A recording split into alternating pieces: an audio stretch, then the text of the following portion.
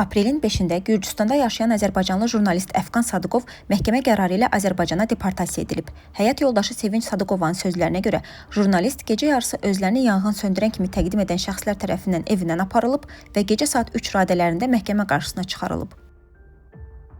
Tbilisi məhkəməsi Əfqan Sadıqovu sosial mediada Gürcüstan polisini təhqir etməkdə təqsirli bilib. Qərara əsasən jurnalist 2000 lari məbləğində cərimələnib və ona 3 il müddətinə Gürcüstana giriş qadağası tətbiq olunub. Hazırda Azərbaycanda olan Əfqan Sadıqovun aprelin 6-sında polis şöbəsinə aparıldığı, lakin bir müddət sonra sərbəst buraxıldığı bildirilir. Yaxınlarının dediyinə görə onu barəsində olan köhnə cinayət işi və axtarışla bağlı çağırıblar və işin ləğv olunduğunu, sadəcə hüquqi prosedurları bitirmək lazım olduğunu bildiriblər. Əfqan Sadıqovun həyat yoldaşı və uşaqları hazırda Avropa İttifaqı ərazisində yaşayır. O özü də Azərbaycanı tərk etməyə hazırlaşır. Lakin barəsində çıxarılmış axtarış qərarı buna mane ola bilər. Aprelin 8-də həyat yoldaşı ilə telefonla danışan Sevinç Sadıqova Əfqan Sadıqovun üzərindən axtarışın hələ də götürülmədiyini xəbər verib. Sitat: Bu səbəbdən onun sənəd məsələləri ilə bağlı müraciət etmək imkanı məhdudlaşır və sənədlərinin deaktiv edildiyi bildirilir. Azərbaycan hakimiyyəti cinayət işini bağlayıbsa, niyə axtarışı götürmürlər? Eyni zamanda yaşadığı evdən çıxdığı zaman həm avtomobillə, həm də piyada və çox ciddi izlənilir. Bu məsələnin ciddi şəkildə diqqətə alınmasını vacib hesab edirəm.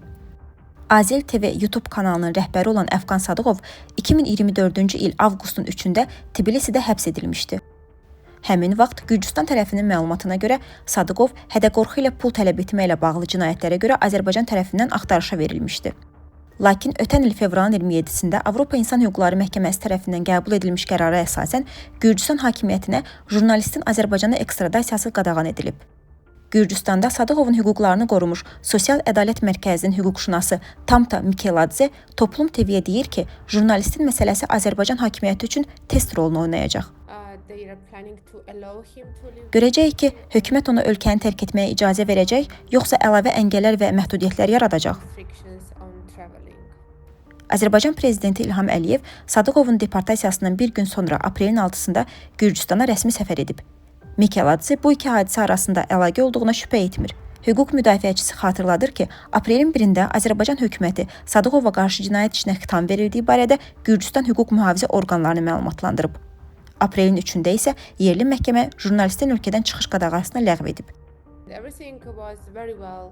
Hər şey əvvəlcədən yaxşı şəkildə planlanıb. Təkcə hadisələrin xronologiyasına fikir versəniz, bunu görərsiniz. Mən gördüyüm qədər, Cənab Əliyevin səfəri Hakim Gürcü Arzusu partiyası üçün olduqca vacib idi. Onlar hətta partiyanın qurucusu Bidzina İvanaşvilinin biznes mərkəzində onunla görüş təşkil etdilər. Bura yalnız xüsusi qonaqlar üçün nəzərdə tutulmuş özəl məkandır. Hazırda Gürcüstan hökuməti qərb ölkələrindən tanınma və əməkdaşlıqla bağlı çətinlik yaşayır. ABŞ ilə əlaqələr də böhran vəziyyətindədir. Hökumət ABŞ ilə əlaqələri bərpa etməyə çalışır və bunda Əliyevin böyük rol oynaya biləcəyini düşünür. Məncə buna görə onlara Əliyev rejiminə hədiyyə vermək lazım idi və məhz buna görə Sadıqovu Azərbaycan hökumətinə verdilər. Gürcüstan əvvəllər də Azərbaycanlı jurnalistin başına gələnlərlə Azərbaycan ictimaiyyətinin gündəmində olub. 2017-ci ildə Tbilisidə yaşayan jurnalist Əfqan Muxtarlı müəmmalı şəkildə Bakıda tapılmış və həbs edilmişdi.